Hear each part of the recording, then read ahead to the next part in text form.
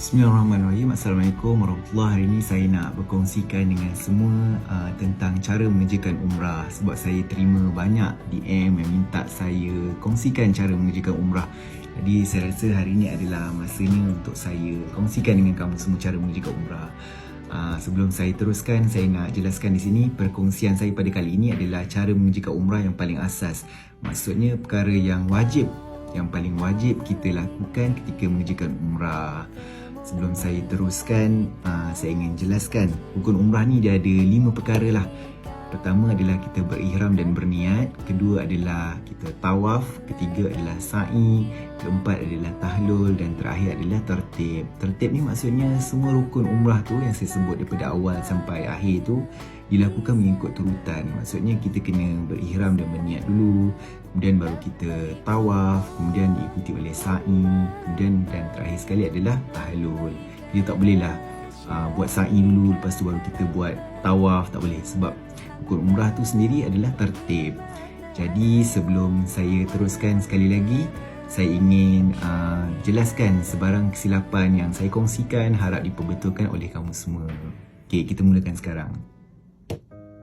Rukun umrah yang pertama adalah berihram dan berniat. Bagi lelaki adalah seperti contoh yang saya tunjukkan ini, dan bagi perempuan cukup sekadar memakai pakaian yang menutup aurat dan sesuai untuk menunaikan solat. Dan niatnya adalah sahaja aku berniat mengerjakan umrah dan berihram aku dengannya kerana Allah Ta'ala. Dalam perjalanan kita menuju ke Baitullah, kita disunatkan bertalbiyah, iaitu labbaik Allahumma labbaik, labbaik la syarika laka labbaik, innal hamda wan ni'mata laka wal mulk la syarika lak. Selari dengan Hajarul Aswad ini bermulanya rukun umrah yang kedua, iaitu tawaf. Niat tawaf adalah aku berniat tawaf umrah di Kaabah ini 7 pusingan kerana Allah Ta'ala. Di sini juga kita disunatkan beristilam, iaitu melambai ke arah Kaabah dan beri isyarat mengucup Hajarul Aswad sambil mengucapkan Bismillahi Allahu Akbar walillahilham.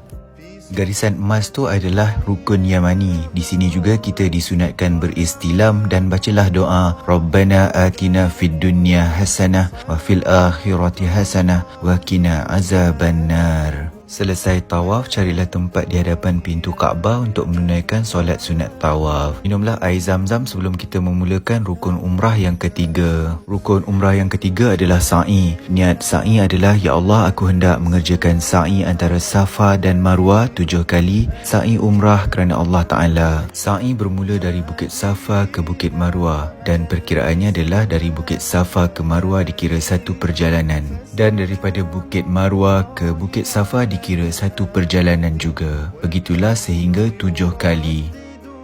Di kawasan lampu hijau ini, jemaah lelaki disunatkan untuk berlari-lari anak. Sesudah selesai sa'i, bolehlah berdoa di Bukit Marwah dan jika berpeluang melakukan solat sunat di sini. Selepas itu, bolehlah kita melakukan rukun umrah yang keempat, bertahlul, iaitu bercukur ataupun memotong sekurang-kurangnya 3 helai rambut bagi melepaskan diri kita dari segala pantang larang ihram. Alhamdulillah, maka selesailah satu ibadah umrah. Semoga perkongsian saya pada kali ini dapat memberi panduan pada mereka yang ingin menunaikan umrah pada masa akan datang. Sekali lagi saya ingin jelaskan perkongsian saya pada kali ini adalah perkara paling asas dalam melakukan ibadah umrah. Semoga bermanfaat untuk kamu semua dan Assalamualaikum.